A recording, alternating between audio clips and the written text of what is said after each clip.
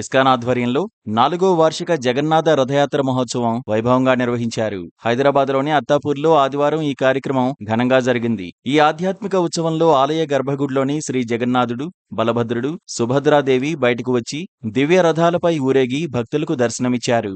ఈ రథయాత్ర అత్తాపూర్లోని ఇస్కాన్ ఆలయం నుండి మధ్యాహ్నం 1 గంటకు ప్రారంభమై సాయంత్రం 6 గంటలకు అత్తాపూర్లోని పిల్లర్ నెంబర్ 173 సామభూపాలరెడ్డి గార్డెన్స్ వద్ద ముగిసింది. ఆ తర్వాత సామభూపాలరెడ్డి గార్డెన్స్ లో సాంస్కృతిక కార్యక్రమాలు ఉత్సాహభరితంగా నిర్వహించారు. పౌరాణిక వైదిక పాత్రల తోలుబొమ్మలతో రామాయణ ఘట్టాలను ప్రదర్శించారు. ఈ రథయాత్రలో వేలాది భక్తులు పాల్గొన్నారు. అందమైన పూలతో అలంకరించిన స్వామివారి రథాన్ని భక్తి శ్రద్ధలతో లాగారు. శ్రీకృష్ణుని పవిత్ర నామాలను పారవశ్యంతో పాడుతూ నృత్యం చేస్తూ భక్తులు ఆనంద పరవశులయ్యారు. జగన్నాథుడి రథయాత్ర ఎంతో ప్రత్యేకమైనదని పూజారులు చెబుతున్నారు. మూలవిరాటే బయటకు వచ్చి రథంపై ఊరేగడం, భక్తులకు దర్శనమివ్వడం గొప్ప విషయమంటున్నారు. అందరికీ శ్రీ జగన్నాథ రథయాత్ర మహోత్సవ శుభాకాంక్షలు. సో జగన్నాథ రథయాత్ర ఇది చాలా ప్రత్యేకమైన ఒక పండుగ. జగన్నాథ స్వామి మూల విరాట్టులు స్వయంగా బయటికి వచ్చి రథం పైన ఊరేగింపుతో వెళ్తారు. జనరల్గా ఒక ఊరేగింపులో, భగవంతుని ఊరేగింపులో ఓన్లీ ఉత్సవమూర్తులు మాత్రమే బయటికి వచ్చి దర్శనమిస్తారు. ఎలాగైతే వెంకటేశ్వర స్వామి మలయప్ప స్వామిగా బయటికి వచ్చి తిరుమలలో ఊరేగింపుగా వెళ్తారు. కానీ మూల విరాట్టు మాత్రం గర్భగుడి లోపలే ఉంటారు. కానీ ఇక్కడ జగన్నాథ స్వామి మూల విరాట్టే బయటికి వచ్చి రథం పైన తాను కూర్చొని ఈ యొక్క రథయాత్ర ద్వారా ఆయన అందరికీ తన యొక్క కృపను పంచుతారు. ఇది ఒక అద్భుతమైన పండుగ. ఈ యొక్క పండుగ యొక్క అంతరర్థం ఏంటంటే, భగవంతుడు ద్వారక నుండి బృందావనానికి పయనిస్తూ ఉంటాడు. బృందావనంలో తన యొక్క భక్తులైనటువంటి రాధారాణి, నంద, యశోద, గోపాలురు, గోపికలు, సో వీళ్ళందరినీ కలవడానికి ఆయన వెళ్తూ ఉంటారు, బృందావనం వెళ్తూ ఉంటారు. సో రథయాత్ర యొక్క ముఖ్య ఉద్దేశం అది. మనందరం భగవంతుని రథాన్ని పట్టుకొని మన మనసును ఒక బృందావనం చేసుకొని భగవంతుని మన మనసులో కేంద్రీకృతం చేసుకోవడమే ఈ యొక్క రథయాత్ర యొక్క ఉద్దేశం. అండ్ ఇది ఒక రథయాత్ర జగన్నాథపురిలో కోటాను కోట్ల సంవత్సరాల నుండి ఒక రథయాత్ర జరుగుతూ వస్తూ ఉంది.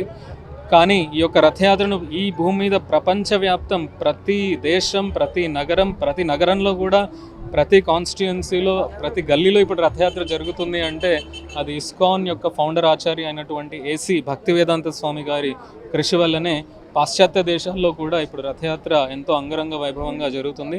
సో ఇవాళ ఇస్కాన్ అత్తాపూర్లో జగన్నాథ రథయాత్ర ఇది 4వ రథయాత్ర ఇస్కాన్ అత్తాపూర్లో. అత్తాపూర్ ఇస్కాన్ టెంపుల్ నుంచి స్టార్ట్ అయ్యి అదేవిధంగా ఇక్కడ అత్తాపూర్ మెయిన్ రోడ్ దగ్గర 173 పిల్లర్లో సామ భూపాలరెడ్డి గార్డెన్స్లో ఇది సమాప్తం అవుతుంది. అక్కడ సాయంత్రం ఆధ్యాత్మిక కార్యక్రమాలు, ప్రవచనాలు, కీర్తనలు, భజనలు, అదేవిధంగా వైదిక పౌరాణిక గ్రంథమైనటువంటి రామాయణంలోని కొన్ని ఘట్టాలను ప్రదర్శిస్తూ ఒక అద్భుతమైన తోలుబొమ్మలాట మన సంస్కృతి సంప్రదాయాలను ప్రచారం చేయడానికి, అదేవిధంగా ఛప్పన్ భోగ్ దర్శన్ పూరిలో జరిగినట్టుగా 56 రకాల నైవేద్యాలు జగన్నాథ స్వామికి సమర్పిస్తూ ఉంటారు. సో అది మనం స్మరించుకుంటూ ఇక్కడ కూడా మేము 56 కంటే ఎక్కువ అయినటువంటి నైవేద్యాలను భగవంతునికి సమర్పిస్తూ ఆ విధంగా ఈ యొక్క పండుగను జరుపుకుంటూ ఉన్నాం. వచ్చిన వాళ్ళందరికీ మహాప్రసాదాన్ని అందిస్తూ ఉన్నాం. జగన్నాథ స్వామి అఖిలాండ కోటి బ్రహ్మాండ నాయకుడు. మరి ఆయన అంతటి గొప్పవారు రథం పైన వచ్చి ఊరేగింపుతో వచ్చినప్పుడు పూరి రాజు అయినటువంటి గజపతి మహారాజు స్వయంగా తనంతటి తానే వచ్చి ఆ యొక్క మార్గాన్ని తాను చీపురుతో ఊడ్చి స్వామికి ఆయన స్వాగతం పలుకుతూ ఉంటారు. జగన్నాథ స్వామి ఎంతో కృపామయుడు. బయటికి వచ్చి గుడికి రాని వాళ్ళకు కూడా, భగవంతుని యొక్క భక్తి లేని వాళ్ళకు కూడా తను స్వయంగా వచ్చి వాళ్ళందరికీ తన దర్శనం ద్వారా, తన యొక్క ప్రసాదం ద్వారా అందరికీ తన కృపను పంచుతూ ఉంటాడు. ఇది జగన్నాథ స్వామి కృప. సో కాబట్టి మీరందరూ కూడా జగన్నాథ స్వామి రథయాత్రలో పాల్పంచుకోవాలి. స్వామి రథాన్ని లాగండి.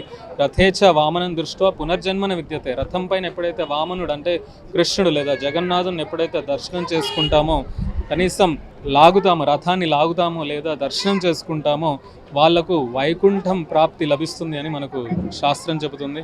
సో కాబట్టి ఎక్కడ జగన్నాథ రథయాత్ర జరిగినా సరే తప్పకుండా మీరు వెళ్ళండి, దర్శనం చేసుకోండి, స్వామి రథాన్ని లాగండి, జగన్నాథ స్వామి కృపకు పాత్రులు కండి. అందరికీ నమస్కారం. Thank you very much. Hare Krishna. Hare Krishna.